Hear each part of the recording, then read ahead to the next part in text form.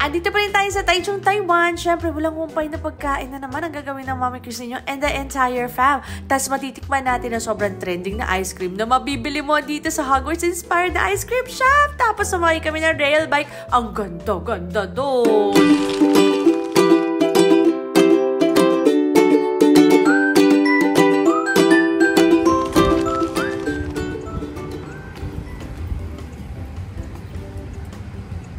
Good morning! First full day in Taichung. Kahapon kasi yung arrival namin dito. So, day 0 yun sa Taichung. Pero ngayon yung first full day.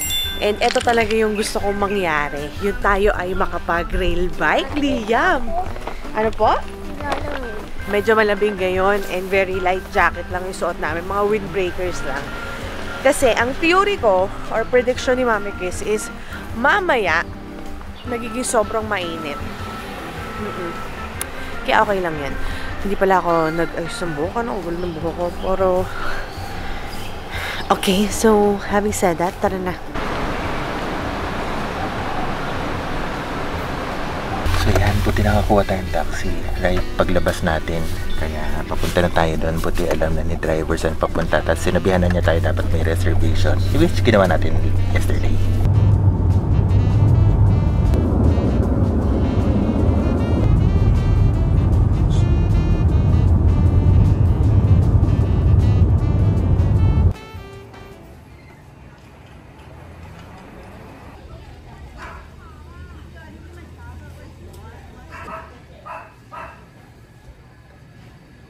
Napakatalino, napakahusay nilalamig ko lahat ngayon.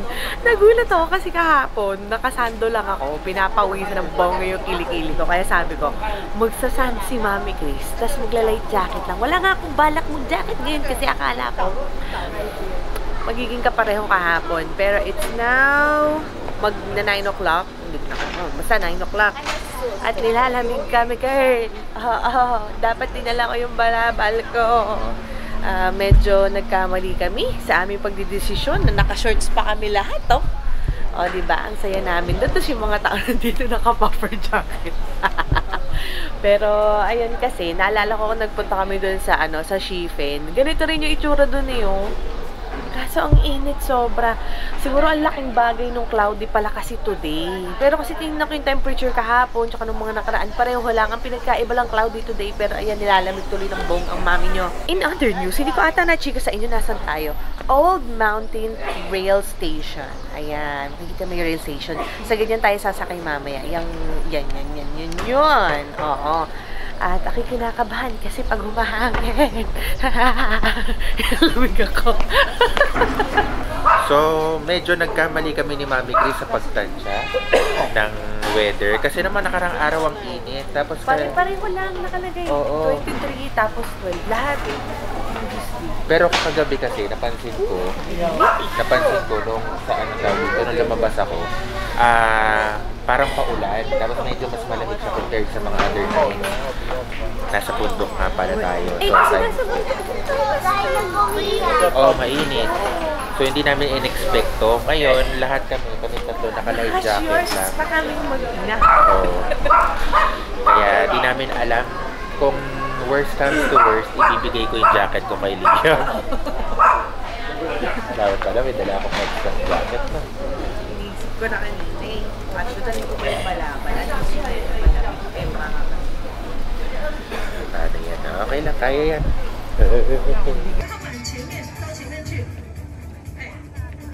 Rail Bike 铁道自行车，雄县旧山线铁道风采。 Ayan, sinusundan na natin si nanay. Sige, daddy. 189. Okay, sige. So, sasakay na tayo. Ayan, 189 yung ating number. At ako'y pupunta sa gilid. Para, uy, lamig! So, ito, nakalagay na kami. Or nakasakay na kami nakalagay. So, hinuli kami kasi siguro para madali kami masubaybayan. Tsaka alam nila na yun yung foreign tayo. Naka-shorts. Kami lang yata yung foreigner na nandito. Halos lahat Chinese. Wow. Parang hindi ko magana yung hand warmers. Kasi parang ano lang siya, normal body temperature. Umiinit naman siya. Oo nga eh, pero hindi sobra. Pero baka mamaya ito, isang bagsakan. Gusto ko na Mag-ano po? mag-drive. Mag-drive na po? Opo. O, di ayun na nga, inaantay natin na magsimula na. Nilagay kami sa dulo, kaya wala kaming kasama sa likod. Daddy!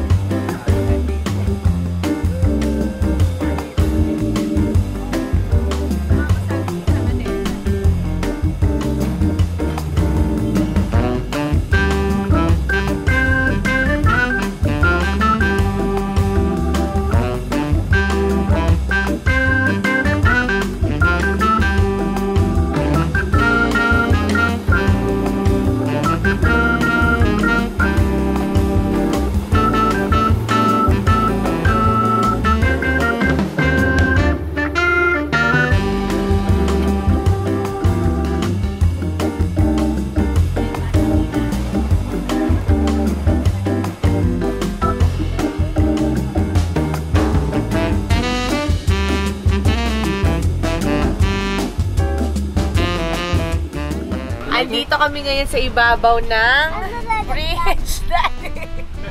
Ala, takot ako. Yung puwet ko ganun-ganon. Pakita mo kasi gano'n Ay, oo, tayo ayan. mataas. Teka, wait lang. May nalaglag ata cellphone dun sa taas. Sa taas, sa baba. Ayan. Tingnan nyo naman, guys. Ang ganda ng view lang. Ang ganda. Super. Tapos, nakakatuwa kasi may attendant na sumakay nga sa amin, di ba? So, nag-explain siya kay Daddy Justin kung nasa na kami, ano na yung mga tinitingnan namin. Ayun yung yung actual na train tracks, nilagyan lang nila na reinforcement kasi baka tuluyang bumigay. Okay. Ayun naman, na tayo. Wow! Nakakatakot naman. Ang taas-taas, ang nalaglag yung cellphone ko.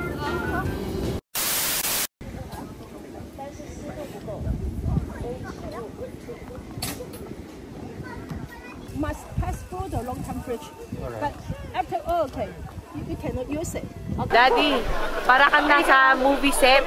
Hindi mo naman, ayan yung mga original na structure na dinadaanan ng train, like hundreds of years ago. Diba? So, ayan. Ayan yung wala pang reinforcement. Ayan talaga siya. Yan yung tsura niya. Yan. Oo, tinubuan na lang ng mga puno at inugatan. Di ba ganyan yung sa Jumanji? Oo. Merong tindahan ng mani dito sa baba, sa ilalim ng ruins nung train tracks. Ayan. Ang ganda. Para siyang movie set. Ganun siya kaganda. Nakakatawa. Anyway, bili tayo ng mani. Let's buy some peanuts! Kasi may pa-free taste sila on our way down eh. Bumili kami ng mani. Nakatatlo kami. Tapos ang daming freebies. Nakatatlong salok pa ng freebies si Liam kanina. Kasi nakita yung matanda sa kanya. So tara, panik na tayo. Ay, naman ko nahihinig ako. Hindi talaga ako pang stairmaster.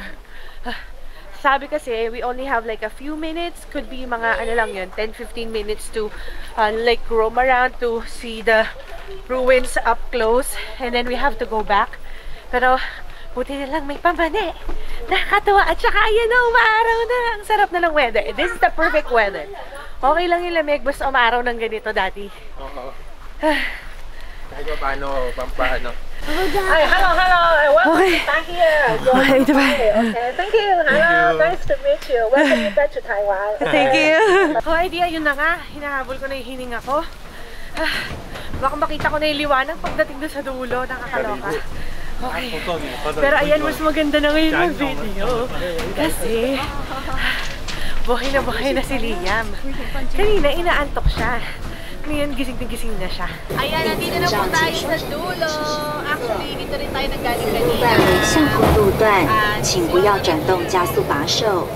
无紧急状况下，请不要去按刹车把手，造成车辆停止。因为后方是两车撞， Basta sila, baka pwede tayong makinain. So ngayon nakapag-breakfast na tayo kasi kanina aga natin umalis, di pa tayo nag-aagahan ngayon. Lunch, love lunch. Lunch pa brunch. So ito makakain na tayo. Kumuha si Mami Chris ng flat noodles na... Hindi ko alam kung ano tawag eh. Ginaya ko lang yung nasa kabilang table. yung kay Mami Chris yung may sabaw. Pero same noodles lang. Yum! There's something about Taiwanese noodles na nakaka-comfort talaga ng soul ko. And I'm not really sure if gawa pala to sa rice flour or tapioca flour ha. Pero meron siyang special texture, yung noodles niya. Kind of like a mixed feeling ng bouncy and gelatinous. Parang ganun siya. Tapos, yung flavor profile niya, hindi ko siya ma-specify or ma-describe specifically kung paano siya. Basta sumasabog yung flavor sa bibig ko. Tapos nangingibabaw yung lasa ng paminta. May trademark na lasa siyang ganun. What an experience!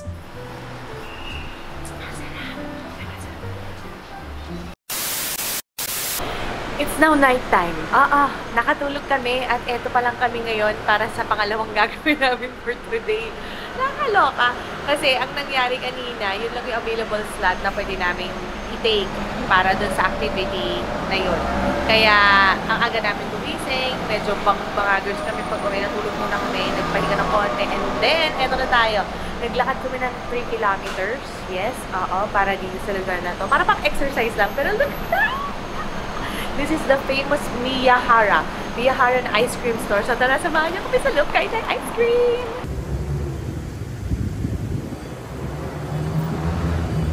Hando na sila Daddy Justin sa loob. Pasok tayo. Wow! Look at that! Makaganda naman sobra. Ibang ambience din pala.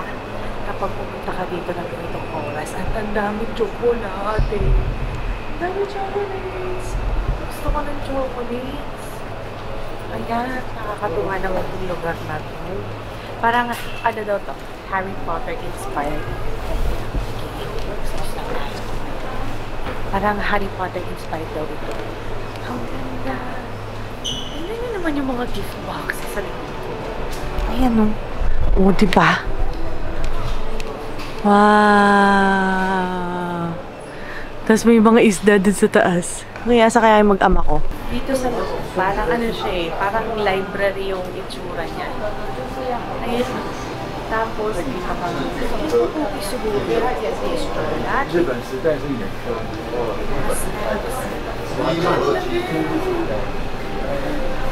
Masarap siya puntahan ng gabi kasi walang masyadong turista. Nakakatuwa.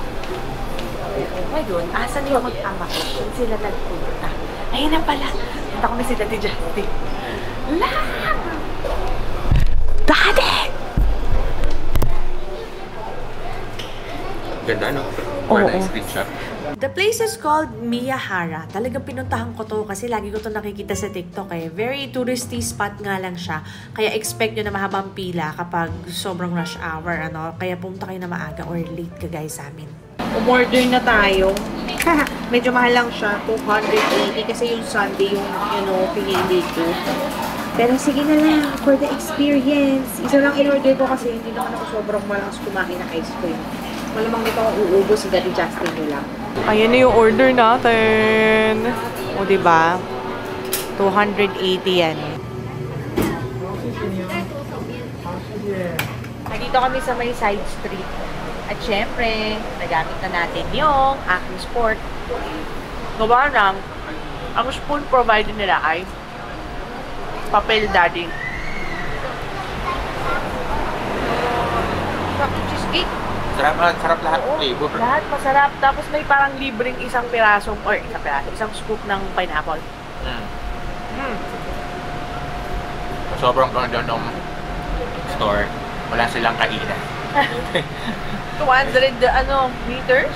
Oo, 200 meters yung dine-in place nila. So, yun lang yung medyo. Kaya nandito kami sa side street. Oo, kasi malulusaw na siya pagdating namin doon. Baka kung ano pang aksidente ang kaharapin namin.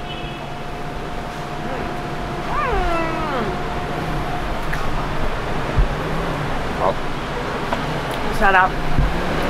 Hindi siya makrema. Ang lasa niya, para siyang para siyang, Parang sorbetes nga. sorbetes?